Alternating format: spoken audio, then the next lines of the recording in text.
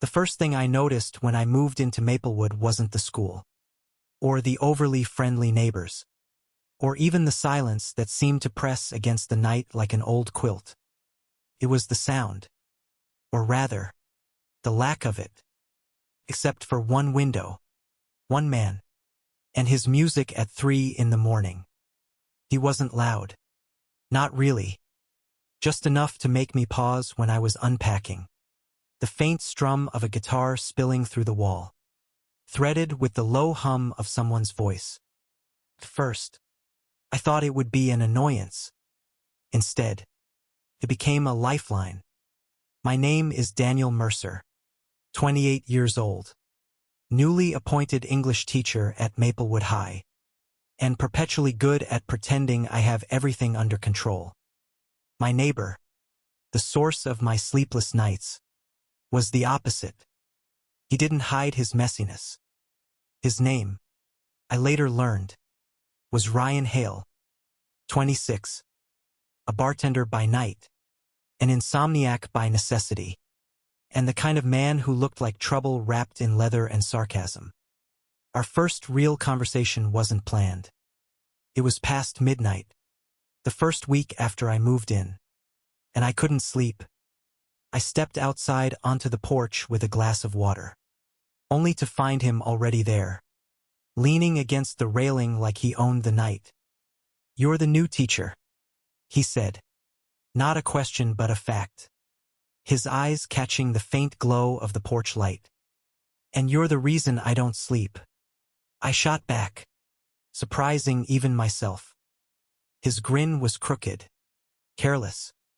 Could be worse. I could be a drummer. I should have laughed. Instead, I stared. Because behind his easy humor was something else, something hollow. Something that looked too much like me. Teaching in a small town is a test of patience. Everyone knows everyone. And everyone knows you. I tried to keep my head down. Grading papers. Giving lectures. Pretending the walls of my apartment didn't feel like they were closing in. Yet every night, Ryan was there. Sometimes on the porch. Sometimes pacing in his living room with the blinds half-drawn. Sometimes just awake, like me. One night, when the insomnia pressed too heavy on my chest, I knocked on his door. He blinked at me like I was the last person he expected. "Mercer, what is it? Grading got too wild for you. Do you want company?" The words felt ridiculous, but I said them anyway. Ryan studied me for a long moment. Then he opened the door wider. Inside, his place was a mix of chaos and charm, half-empty coffee mugs, stacks of records, a guitar leaning against the couch. He handed me a beer without asking if I wanted one, then sat across from me like this was the most natural thing in the world. "You don't sleep either, do you?" he asked quietly. "Not really." "Good," he said, almost relieved. "Now I don't feel so crazy." The weeks turned into months. Our midnight conversations became routine, a rhythm as natural as breathing. He told me about his past in fragments, a broken family, nights that felt endless, the way silence sometimes screamed louder than noise. I told him about my own, the failed relationship I left behind in Chicago, the pressure of being perfect, the loneliness that teaching couldn't quite fill. Sometimes we argued. Sometimes we laughed until it hurt. Sometimes we just sat in silence, listening to the clock tick. But always, we stayed. It wasn't until one cold October night that something shifted. We were on his couch, the air thick with the smell of coffee and the sound of rain against the window. He was talking about nothing important, how the bar had been dead that evening, how he hated pumpkin spice, and then he stopped mid-sentence, his eyes catching mine. The look was unguarded, raw, like a door opening. And I kissed him. It wasn't planned, wasn't graceful, just a sudden, Desperate collision of loneliness and longing. For a second, he froze. Then his hand found the back of my neck, pulling me closer, and the world outside ceased to exist. When we broke apart, breathing hard, he whispered, "Finally." But reality, as it always does, clawed back in. The town wasn't kind to people like us. Small towns never are. Rumors sparked quickly. The teacher who lived alone. The bartender who never slept. I saw the looks in the hallways. Heard the whispers just loud enough to sting. Ryan shrugged it off. The way he shrugged off most things. "Let them talk," he said, brushing it aside with a smirk that didn't quite reach his eyes. But for me, it wasn't that easy. Every day at school felt heavier. Every parent-teacher meeting colder. My job was everything I had worked for, and suddenly, felt fragile. One night, I told him the truth. "I can't lose this job, Ryan. Can't." His expression was unreadable. He didn't argue, didn't yell. He just nodded slowly, like he had been expecting it all along. "Then maybe," he said quietly, "you should lose me instead." The silence that followed cut deeper than any words ever could. Ryan's words hung in the air like smoke, bitter and impossible to swallow. "Maybe you should lose me instead." I wanted to protest, to tell him he was wrong, that what we had was worth fighting for, but fear clamped down on my throat. I left that night without looking back. The days that followed were hollow. I buried myself in lesson plans, essays, the endless chatter of teenagers who had no idea how fragile their teacher felt. At night, I sat on my porch with the light off, waiting for the faint sound of his guitar, the hum of his laugh, anything to remind me he was still out there. But Ryan had disappeared. No porch lights, no music, no late-night conversations. It felt like the world had been drained of color. 2 weeks later, I walked into the bar where he worked. My chest tightened the moment I saw him behind the counter. Sleeves rolled up, hair falling into his eyes. He looked thinner, his movements automatic. "Daniel," he said flatly when he noticed me. "Didn't expect to see you here." I didn't expect to come.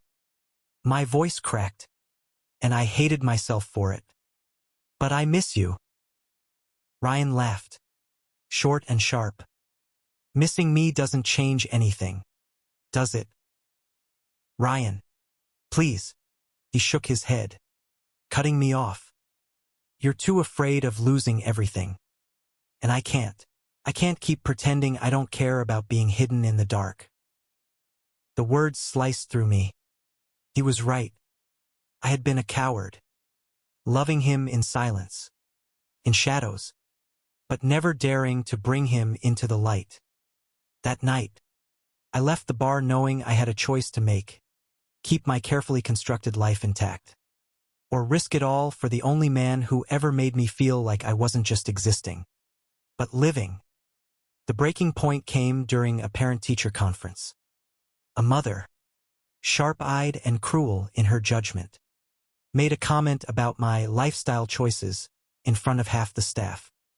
Whispers followed.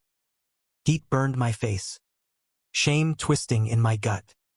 But then something shifted. For the first time, I realized the weight wasn't just mine, it was also his. Ryan had been carrying the burden of my silence, too, and I couldn't let him carry it alone. That night, I stood outside his apartment, heart pounding. When he opened the door, surprise flickered across his face. "I can't keep living like this," I blurted. "I can't keep pretending I don't want you, that I don't." My voice cracked again, but I forced the words out. "Ryan, I love you, and I don't care who knows anymore." For a long, excruciating moment, he just stared at me, Then his expression softened, breaking into something achingly familiar. "You're late," he whispered, before pulling me inside. The weeks after that weren't easy. Small towns rarely forgive quickly. There were whispers, sidelong glances, even parents who requested their kids be transferred from my class. But for every sneer, there was also quiet support: a student who slipped me a note saying thank you for being brave, a fellow teacher who sat beside me in the cafeteria, the librarian who told me she was proud of me. And through it all, Ryan was there.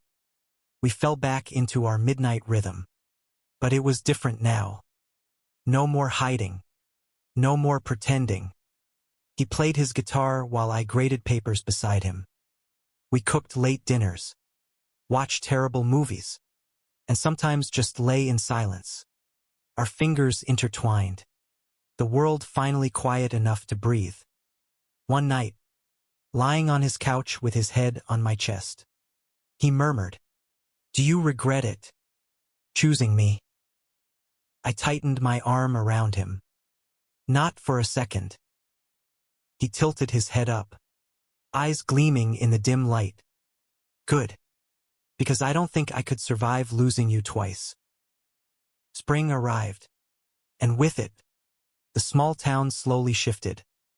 People got used to seeing us together. To the teacher and the insomniac who no longer hid behind separate doors. The stares dulled. The whispers faded. And in their place, something unexpected bloomed: acceptance. If not from everyone, then from enough. On the last day of the school year, Ryan showed up at the classroom door just as the final bell rang. Students filtered out, curious glances flicking between us. He didn't care. He just leaned against the frame, casual as ever, and said, "You ready to come home?" The word home settled deep in my chest. I crossed the room, ignoring the few lingering eyes, and took his hand without hesitation. The warmth of it grounded me, steady and real. For the first time in my life, I wasn't afraid. Looking back now, I realized the peace I'd been searching for wasn't in silence, or in running, or in keeping the world at arm's length. It was here, in the messy, complicated love of a man who taught me how to stop surviving and start living. Ryan still doesn't sleep much. Some nights I wake to find him strumming his guitar softly, eyes half closed, lost in some melody only he understands. But now, when I reach out, he's there, solid, warm, mine, and I've never slept better. Thank you for listening. Don't forget to like and subscribe to stay updated with the latest videos.